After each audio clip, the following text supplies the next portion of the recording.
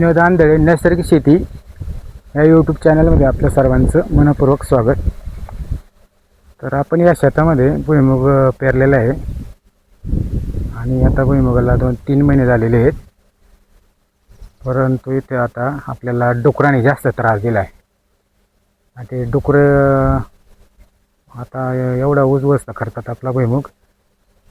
तर त्यासाठी आता त्यांच्या बंदोबस्तासाठी आपण पूर्ण शेताला कंपाऊंड केलेले आहे. आता हे पहा, मी तुम्हाला दाखवतो. पहा, चारही बाजूने आपण असं शेताला तारेचं कुंपण केलं आणि हे असे डांब लावलेत आणि ह्या डांबांना असा ताण दिलेला आहे या इकडच्या साईडला झाडाला, म्हणजे तो पडणार नाही. तर अशा प्रकारे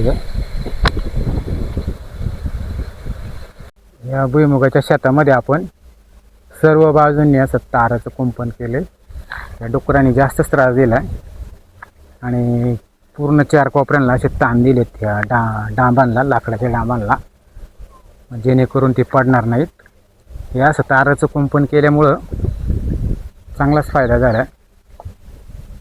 कारण वरती एक शेत आहे त्याला कुंपण नाही आहे. रात्रीचं तिथं डुकरं आले होते, तिथं बराच त्याने भुईमुग खाल्ला आहे आणि बराच नाश केलेला आहे. आणि इथं ताराचं कुंपण असल्यामुळं हे पहा, हे असे ताराचं कुंपण आहे. अशा 2 तारा वाढल्यात आपण जमिनीपासून 1 फुटावरती ही आणि ही नंतर परत 1.25 फुटावर, म्हणजे एवढ्या ह्याच्यातून त्यांना ते या तार त्यांना ह्या तारामधून येता येत नाही.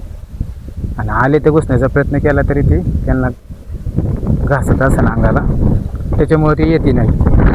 नाहीतर आपला इथं भुईमुग त्यांनी ठेवलाच नसता.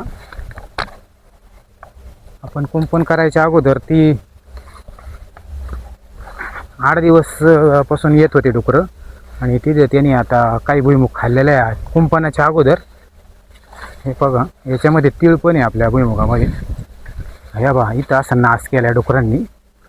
हे पूर्ण असं उकरून टाकीतात, नाश करतात आणि असं हे खाऊन टाकीतात, पूर्ण मातीमधून पूर्ण उपटून काढतात.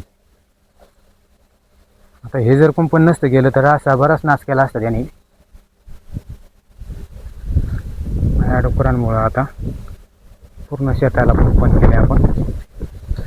आपल्या व्हिडिओला शेअर करा आणि सबस्क्राईब करा, जेणेकरून आपल्याला नवीन व्हिडिओ पाहायला भेटतील. तर धन्यवाद मित्रांनो.